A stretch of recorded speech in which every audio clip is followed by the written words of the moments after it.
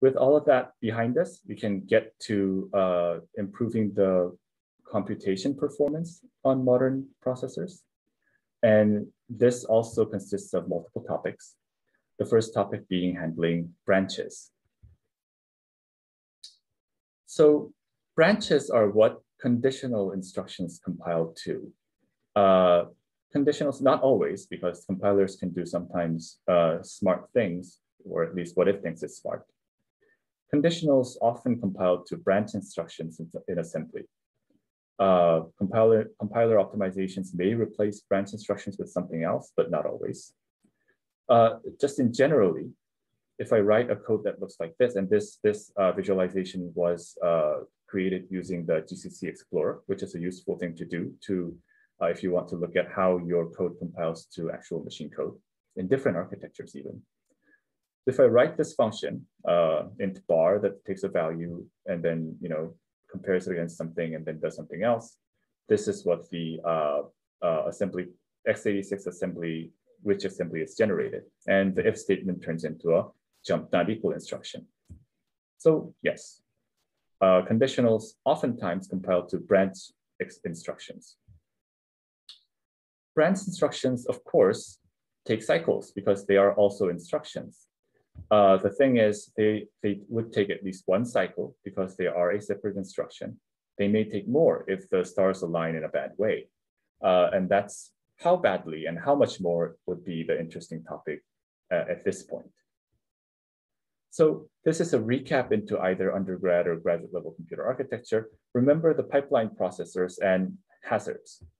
Modern pipeline processors handle multiple instructions at once, and how many multiple instructions at once would be the number depicted by the instruction level parallelism of that processor. So ideally, if you have an end-stage pipeline processor, the end-stage pipeline processor will be executing, at least doing something, to n instructions at any given cycle. So if we have a 5-stage pipeline, the conventional RISC 5-stage pipeline, and we have 3 instructions being injected into this pipeline, at these cycles, one instruction would be in execute, one instruction would be in decode, one instruction would be in fetch. So 3 instructions are being handled at this cycle. So same for this cycle, same for this cycle. And if we have a steady stream of instructions coming in for a 5-stage pipeline, we would hope that in most cases, in most cycles, whenever we look at it, there would be 5 instructions doing useful work in the pipeline. Unfortunately, sometimes future instructions do depend on the results of earlier ones. This is what's called hazards, and we talked about them in undergrad computer architecture. Many types of hazards were introduced in undergrad computer architecture classes, things like read after write hazards, write after read hazards, read after read hazards, write after write hazards, and control hazards. And today we'll be talking about handling the impact of control hazards. So control hazards happen because branch instructions determines the flow of control, meaning fetching the next instruction by the fetch stage depends on the outcome of the branch instruction, if there were any in the previous instruction. And the pipeline, because the fetch stage has to load and has to send some fetch instruction, some fetch request to the memory before we potentially know the actually which instruction we have to load next.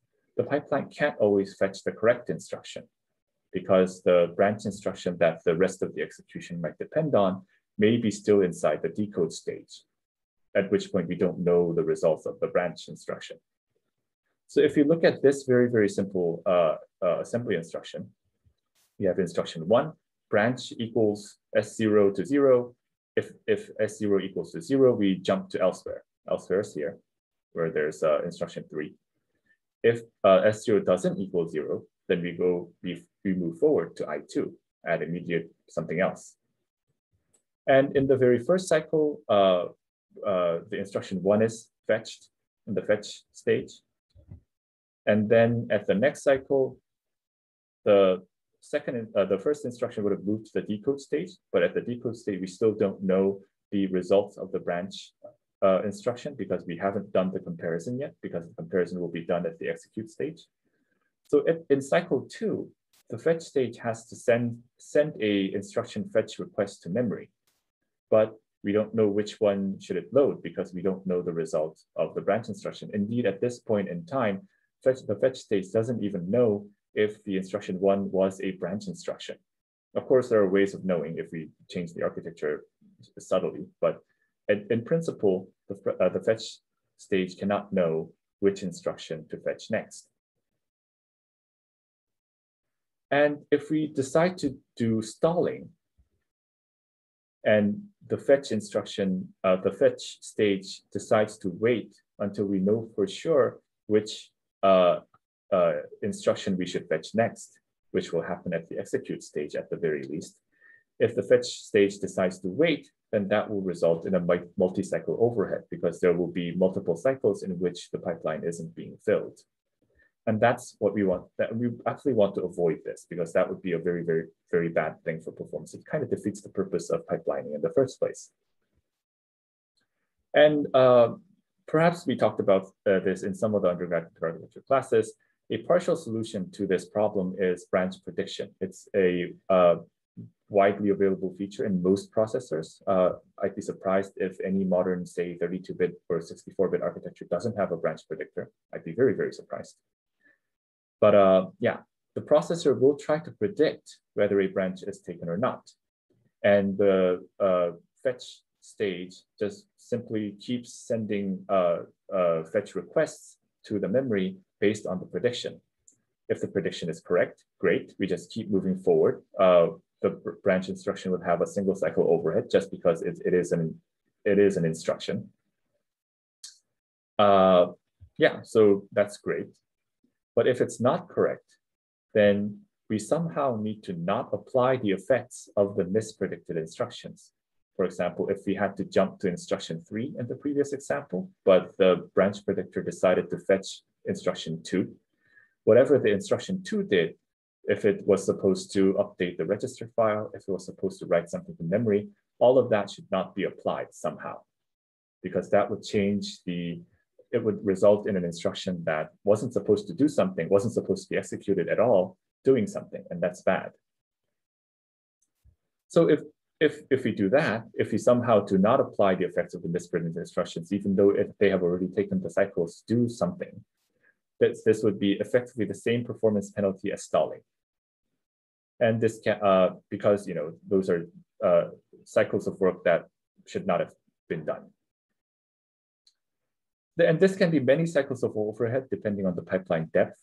In modern processors, if the pipelines are in multiple dozens, 50, 60 pipelines depth steep, then the branch mispredict overhead can also be dozens of cycles long, which would be very, very bad. Oops. And I guess a good thing about, we won't go into too much detail about we won't go into too much details about the branch predictors, but there's a better place to talk about that. So yeah, here's a very, very simple branch predictor example. We have a short snippet of code on the left. We have an add instruction, branch instruction, store instruction, and then a return. If the branch instruction, branch equals is evaluated to true, then we go to skip. If not, we do this. So if T1 and T2 are the same, we do store T3. If T1 and T2 are not the same, we do store T2.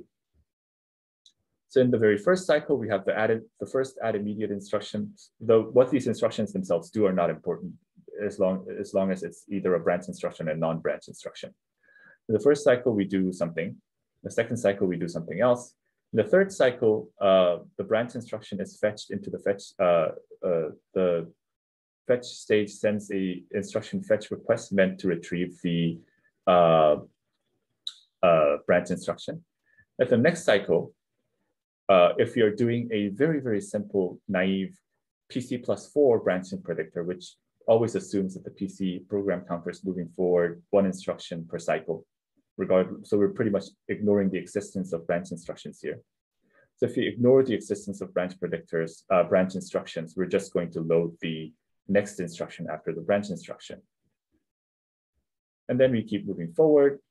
But at the next cycle, when the branch instruction moves to the execute stage, then at the execute stage, the equal operation is evaluated, and now the mispredict can be detected. And when the mispredict is detected, the previous instructions that were dependent on the mispredict, so the return instruction, the store T3 instruction, is nullified in the architecture. And then we can fetch the correct branch, but because the execute stage will tell the fetch stage, now you were actually supposed to fetch this instruction.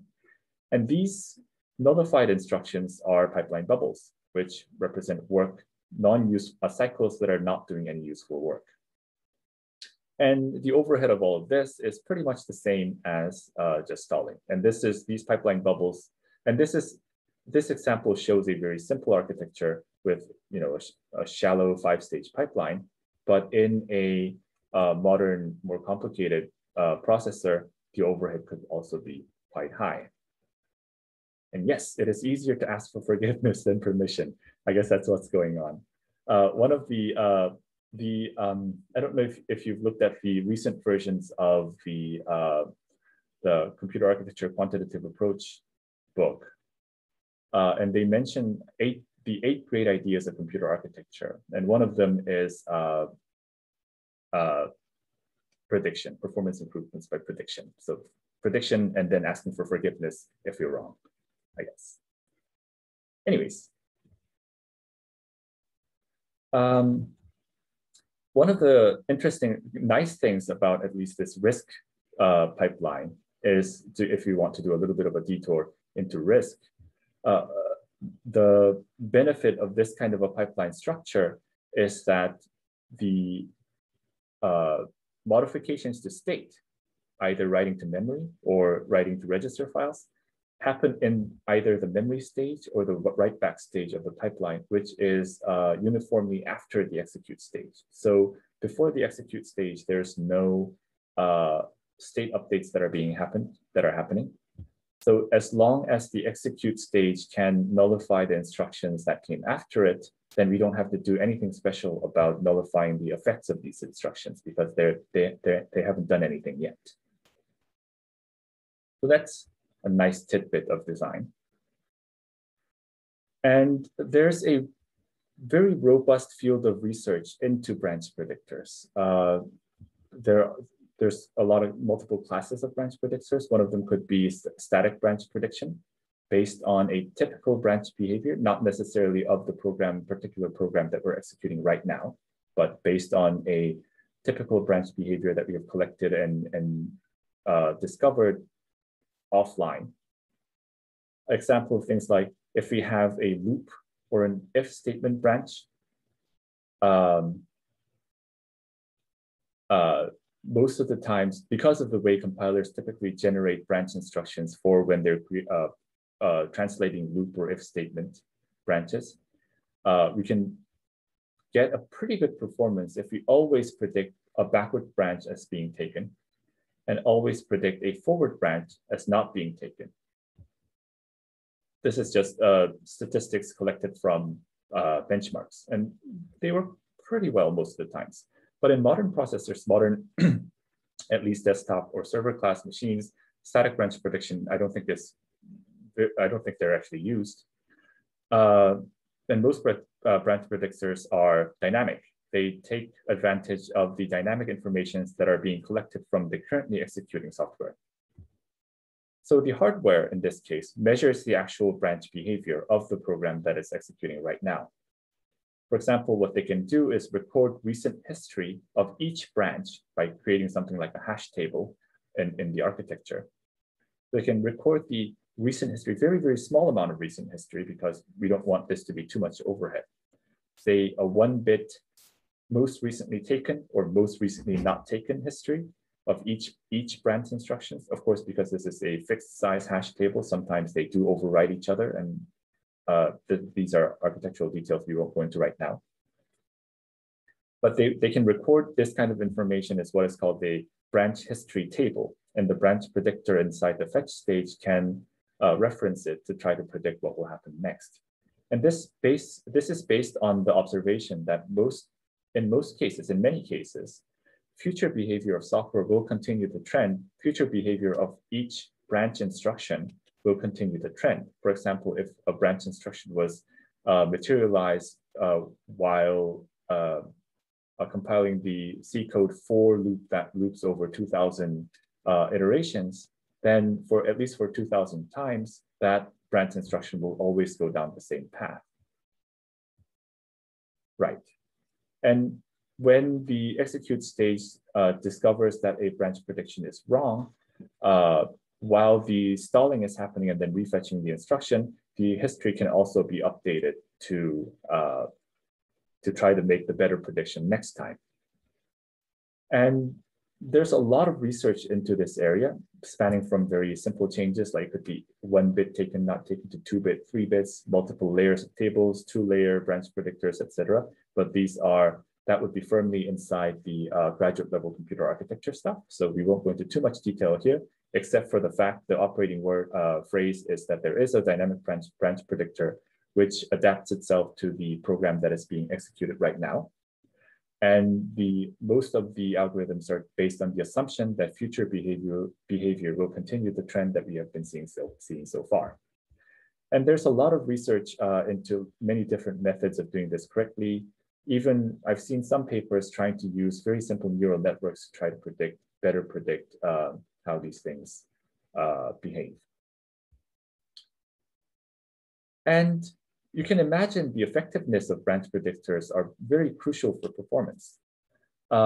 Thankfully, even the very simple branch predictors that we talk about in graduate level computer architecture, for example, the 2-level branch predictors with 2-bit branch histories, they are very good for in terms of how well they can predict things, because I guess in many cases, the branches, unless you write an adversarial sample, the branches are pretty regular.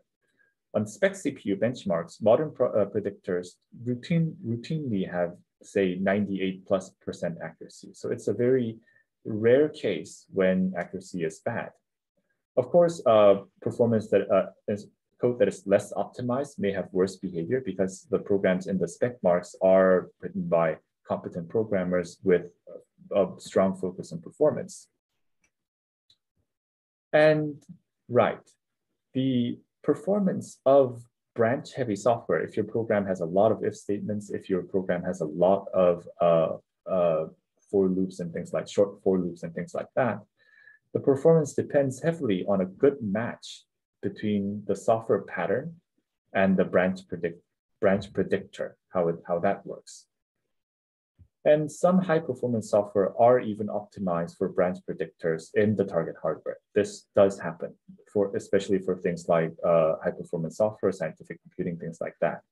Or kind of like how we try to do cache-oblivious portable code using cache-oblivious algorithms, we can also try to avoid writing branches altogether in our software using what is called a class of algorithms called branchless code.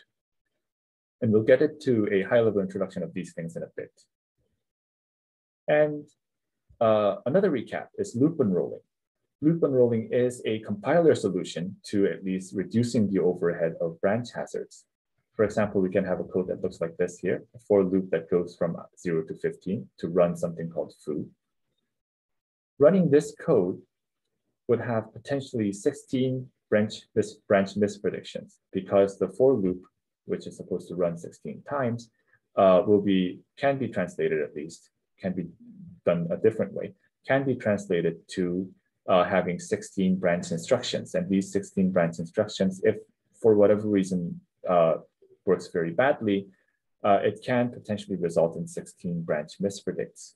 And even without branch mispredicts, branch instructions do consume 16 cycles because they are 16 separate instructions that do need to be decoded, executed, and all that stuff, and then retired.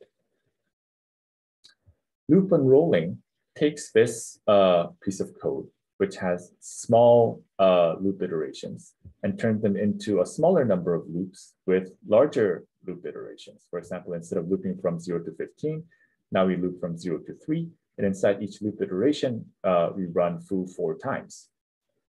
This is loop unrolling. And if you unroll loops, now because the for loop only loops 4 times, potentially only have 4 branch mispredicts. And even without mispredicts, branch instructions consume only 4 cycles instead of the 16 cycles from before. And if foo is large enough, the number of instructions that need to be executed as part of foo is large enough that this pretty much disappears into the noise. But if not, if foo is, say, A++, for example, then this can become pretty big overhead.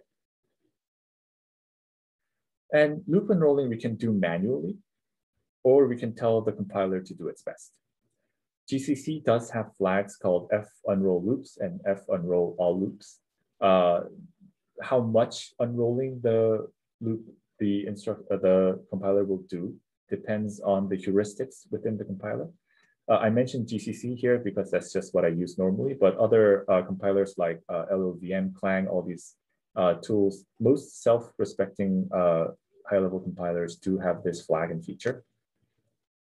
And if you have intrinsic knowledge of how much loop unrolling would be useful, then you can try to do it yourself as well. For example, instead of writing it like this, I mean, this is absolutely one way that you can do it as well. But since this is kind of dirty code by copy pasting foo 4 times, you can have, in fact, I would say that even in most cases, even if you don't give it any flags, no, that's not true. Yeah, you can, in a lot of cases, if you give it a small enough static loop in which the loop boundaries are given at compile time, the compiler will most likely try to loop unroll it automatically. And you can explore how your compiler behaves by looking at the compiler explorer, the link I pasted in the couple of slides back. And let's see how much performance improvements can we get, or rather how much performance impact this actually has. So how fast would the following code be? So here's a very simple code. So we have arrays A and B, size count. Count is 100 million. And A and B are initialized to rand modulo 256. So A and B arrays are filled with values ranging from 0 to 255. And what we're doing is looping over this 2 arrays 100,000 times. And if the A value and the B value are both below 128, we increment the counter.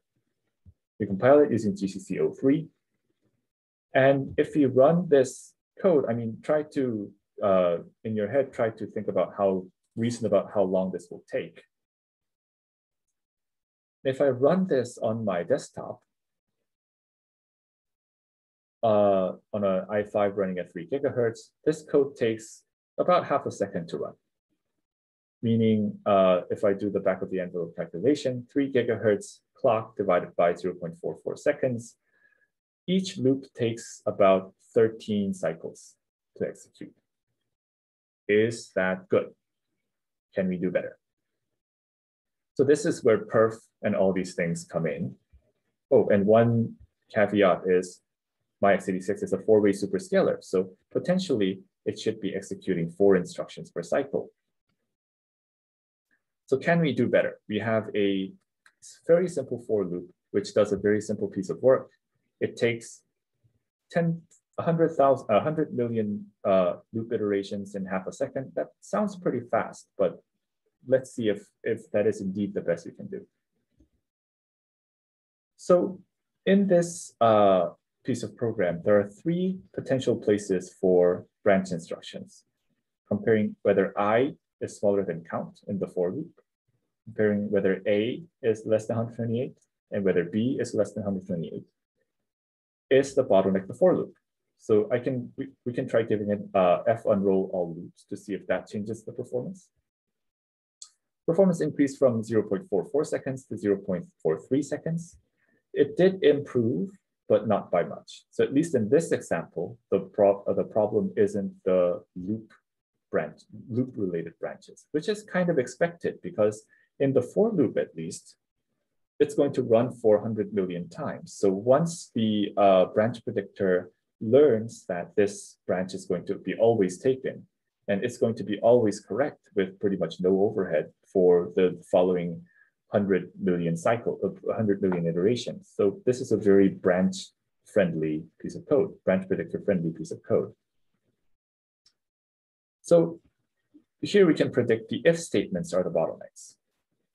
So at a high level, each of these two branch instructions, comparing whether A is smaller than 128 and B is smaller than 128, each of these branch instructions has 50% chance of being taken because it is, all the values have values ranging from 0 to 255. And because the branch predictor cannot really learn from the previous branch whether the next one will be taken or not because the values are inherently random, branch prediction becomes very, very inefficient. So we can reason without yet looking at the actual profiling numbers. We can pretty much reason that branch predictors may be impacting performance in a bad way. So before we actually get to the perf numbers, let's try to see if this is indeed the case, looking at it from a high level. Performance does improve when the comparison starts becoming skewed. For example, I've been comparing against 128 for A and B, 50% chance of the branch being taken. But if I compare it against 64, 25% of the branch being taken, performance jumps quite a bit.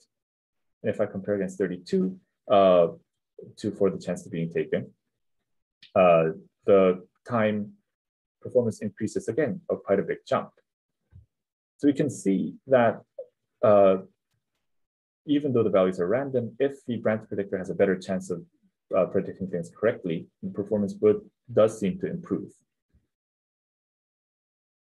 But if the algorithm that we're writing depends on 128 being compared, then we can't do anything like this. This is more of a kind of tool to show the impact of these distributions. So what can we do if we are still bound by the randomness of the input data? We can try to write what is called branchless code. And branchless code, the topic of branchless code, there's probably enough in material to talk for at least like a half a class about if you want to get even a little bit deep into it. But here's just one example that is actually quite versatile, can be used in a lot of places. So we can try to get rid of the if statement completely. And to do this, we need some knowledge of the architectural treatment of numbers, some bit hacking tricks that are going on here. x86 represents negative numbers using 2's complement. As we probably all know, 1 is represented using hex 1. -1 in 2's complement would be filled with 1s, FFFFFF. Interesting thing here is that if we are dealing with signed numbers, which we are, because we need to deal with -1s, right shifting 1 by 31 times results in a 0 value. Whereas right shifting, because we do arithmetic shifts, right shifting -1 by 31 times for some reason results in still -1. So that's kind of interesting, something to have in the back of your head.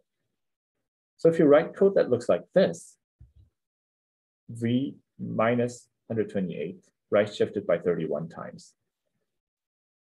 If v is larger than or equal to 128, this formula will result in 0, will evaluate to 0. If v is smaller than 128, then this formula will evaluate to -1. So here's the original code that we were looking at. A compared against 128, B compared against 128. We can change that to a weird looking piece of code that looks like this. So we can subtract 128 from A, right shifted by 31, like we did in the above bullet. And then we bitwise AND it to 1. So if it's FFFF, it'll turn into a 1. If it's 0, it'll turn into a 0. We do the same for B, and then we multiply it. So if we do this, if A is larger than, if A is larger than or equal to 128 and B is larger than or equal to 128, we get 0. I think this code actually is slightly different from the code that I showed before, because if either of this values are 128, oh wait, no, it's actually the same. If either of these values are smaller than 128, then both these values will if both of these values are below 128, then both of these terms will evaluate to 1, and multiplying these two things will result in a 1 being added to the counter. If either of these values are larger than or equal to 128, one of these or both of these terms will turn into a 0, and this multiplication will be 0, resulting in nothing being added to the counter. Interesting thing here is now this code is significantly more complex than the one that we had before. We potentially have so many more instructions that are being executed. Will this actually be faster is an interesting question for us. And the way we do this would be to actually run it and then run perf on it. And spoilers, compared to the vanilla implementation, which was taking 0.44 seconds to execute, the branchless code is almost an order of magnitude faster, 0.06 seconds to execute. And this is, I guess, if you can pull it off in production code, then this would be, buying your company or your whatever's of a large amount of value. And yes, if we actually analyze the number of cycles that are being taken, number of instructions and cycles that are being taken over the course of 0.06 seconds, this results in 4 cycles per loop, 8 operations with 4-way superscalar, assuming a 4-way superscalar processor. And this results in almost an order of magnitude performance improvement compared to vanilla. So if you look at the perf results of the vanilla code, if you look at the branch misses, the vanilla code involves 3.6 trillion branch instructions being executed over the course of the software execution. And of that, there's 57 million branch instructions that are being missed, which kind of makes sense. If you remember, we were looping over the loop 100 million times. And of those 100 million times, about half of them seems to be branch misses, so 57 million. Of course, not all of these misses come from that loop itself. There are other code surrounding it, but at least we can probably try to do a deeper dive if we navigate this program a little bit more. But at a high level, that's what seems to be happening. Compare this to the branchless code. Now, compared to the total branch numbers has decreased from 3.6 trillion to 3.5 trillion, so about 100 million less branch instructions, which is kind of expected. And the total misses decreased from 57 million to 7 million, so about 50 branch misses have just disappeared. And now the culprit for the most amount of branch misses used to be main, so our actual code. And now it's still, the main culprit is in the random number generator, which is somewhere in the surrounding code and not interest for us right now. But all in all, the total number of branch mispredicts has just decreased so much that now we're now we're picking at scraps pretty much in terms of trying to figure out branch mispredicts. So we've kind of solved that problem. Interesting thing here is that if we run the original vanilla implementation on A and B arrays that only store sorted data instead of random data, making sure that the branch predictor is pretty much always accurate, then that performance is very, very high. Almost, again, an order of magnitude improvement compared to the randomized execution. So we can, again, yet another proof that the branch misprediction is indeed the performance bottleneck. And if we run the branchless code on the sorted data, the performance relationship doesn't, the performance doesn't change at all because the branchless code does not depend on the data distribution. It will always run the same code just with different data, oblivious to the distribution of the stuff that's in there. Yes. And an interesting caveat here is, if you remember, the code that we were looking at has two if statements inside the for loop, comparison against A and comparison against B. An interesting thing here is a loop with only one comparator inside. The compiler seems to actually do this automatically or something similar automatically, either using a branchless kind of a design pattern or by using a predicate-based instruction set. I'm not actually, I can't really remember off the top of my head what it does exactly, but for interesting reasons, at least in most cases, if you have one comparator inside an if statement, the compiler seems to do the branchless thing automatically. And so this piece of code, just comparing A1 lower than 128, shows the same performance as doing this in a branchless way. So that's kind of interesting.